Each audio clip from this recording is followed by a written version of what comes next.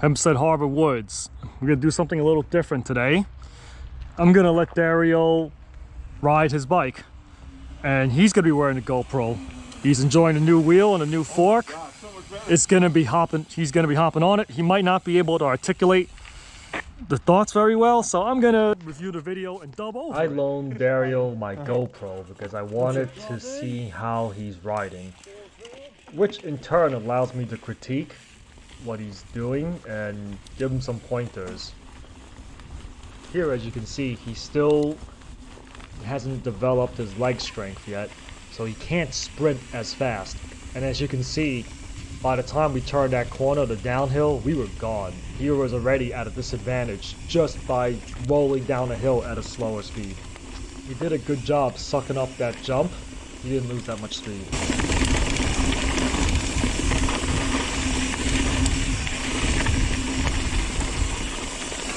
Woo! Here you can kind of see him snaking through the two berms instead of doing a hard brake, hitting the left berm, then the right berm, and carry that speed through. You did a pretty good job navigating through the section and picking a smooth and straight line.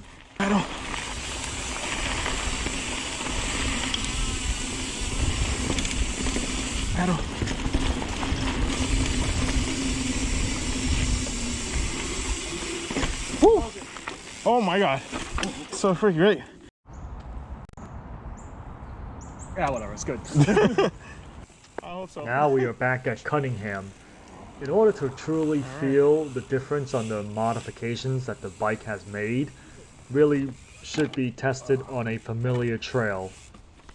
I will actually be riding my normal fast trail speed here. It is amazing that he can somewhat keep up at this point. Maybe that's how people are drawn to it. Alright, Dario, so this is you riding normal pace, alright? Yes, sir. Stand forward.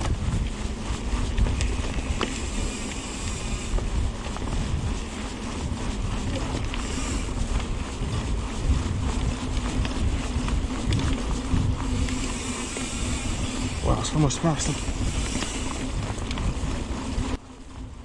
You can see here he's actually moving at a pretty fast clip. But the main issue that I'm noticing is that he is spinning at a really high cadence. When I timed it, it seems to be over 90, but less than 100. The problem with this is that when he needs to accelerate, he's already spinning out or spun out at max cadence. So I'm trying to convince him to pedal in a harder gear. This way, when he needs to accelerate, he still has enough RPM left to sprint to a higher speed. Come on, pedal. There you go.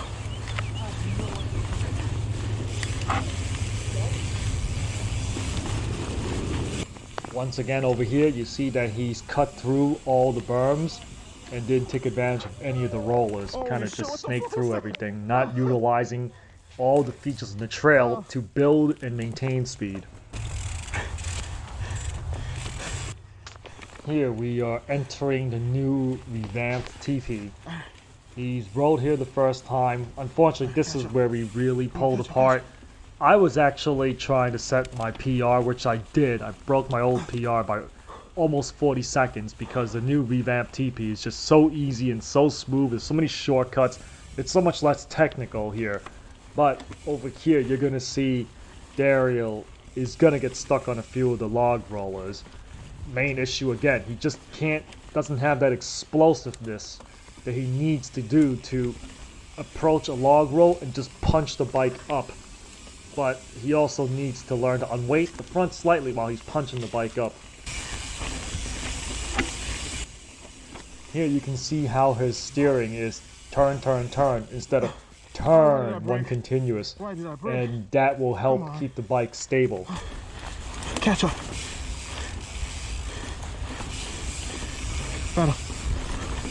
Since he is trying to catch up right now, instead of sitting and spinning, he should have stood up and sprinted in a harder gear and carry the momentum so he can be standing up in the attack position and leaning the bike in those two corners and use all that momentum. Lean into the bike. Nicely done. He's actually really smooth at this section, keeping the cornering very steady.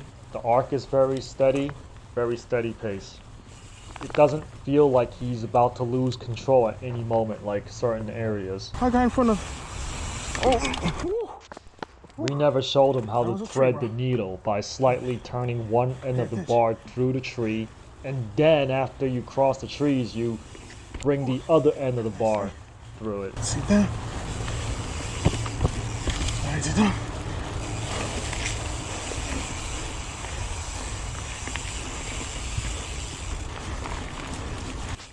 A little rough, but I was actually surprised he was able to make through all these log rolls in succession.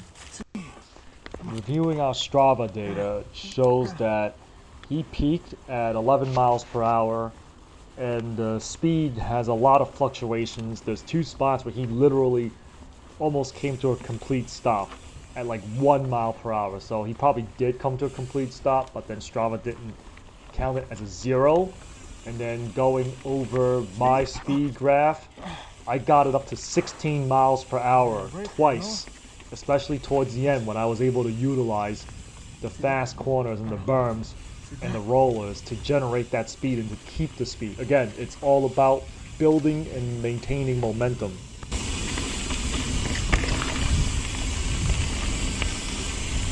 See, hello. How's the bike feel? I'm fucking amazing. But the problem I have is every time I hit a trunk, I lose so much momentum. That's why I'm like so far behind you guys. Oh, because you know why? You're supposed to unweight the front, and it's kind of like The bunny hopping hop? over it. So because you're not crashing into it, preload, unweight the log, and push the bike over it. Like the bunny hop motion. Yeah, exactly. Don't hold. All right. Push it down.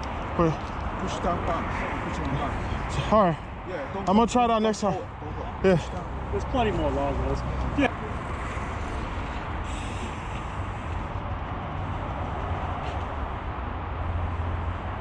Oh, cute. Nice. Yeah. It's a lot smoother on the back corner.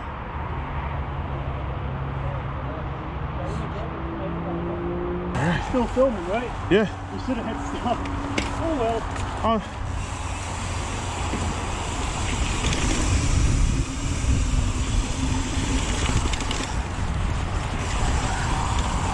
You see how I already started sprinting over here? By the time I got to that crest, I barely had to pedal to get to the no top when momentum. Dario stalled out.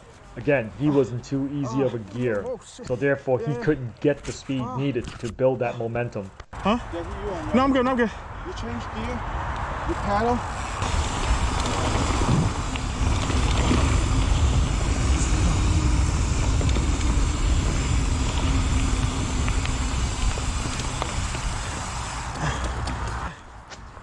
I didn't even know there was a bypass there.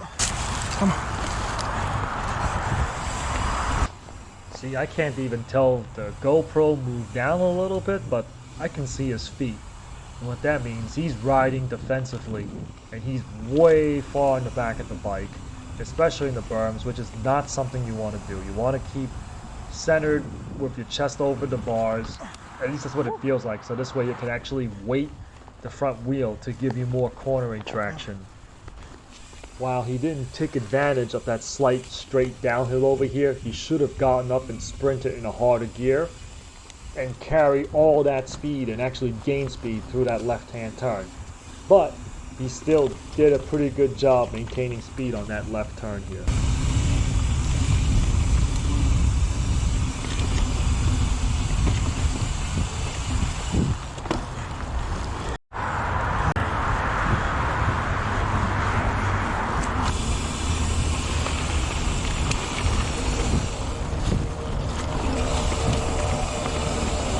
Here he makes short work of that really steep road that Keep going. freaked him out the first couple of times. It's like it's not even here anymore for him.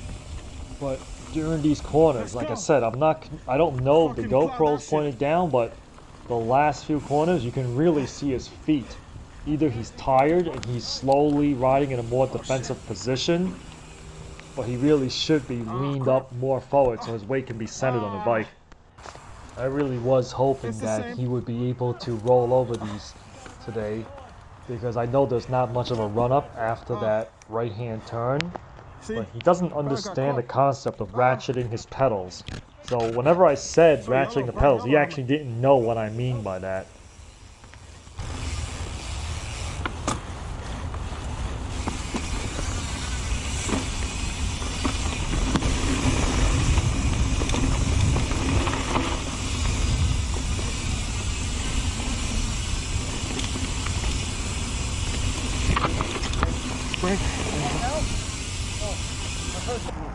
Here's Dario meeting Al Kane, aka Sugar Cane on YouTube. So you're Sugar Cane? This is the man behind Jetline. No kidding. He builds and maintains this place Oh, all by shit. himself. I follow you on YouTube. That's why I was like, that can't. Yeah, I was like, that can't be it. Thanks for following. No problem, man. What's your name? Dario. Dario? Good Yeah. to meet you, man. Yeah, you too, man. I'm like, that voice sounds so familiar. I honestly don't want to seem too hard on this guy. He has progressed so much that I have to keep reminding myself that he is still a newbie, but he is getting so much better so fast, and he's asking me to give him my honest opinion of what he can work on. So, what does Dario think of the bike after all the upgrades? The best way he can articulate it is he feels he can charge more with the fork, and it holds a line much better in the corners. And I think the reasoning behind that is now he's got a lot of small bump sensitivity, so the bike don't even feel the small roots and the pitter-patter stuff, the stiffer stanchions, and having the better small bump compliance with the better mid-stroke support allows him to have something to push up against, support his weight, and won't get deflected offline while still tracking the turns. So I really didn't think he would notice all these things, but I'm actually glad that he did. And when he goes to the bike park, he's really going to appreciate what this fork is capable of. Thanks for watching. Bye.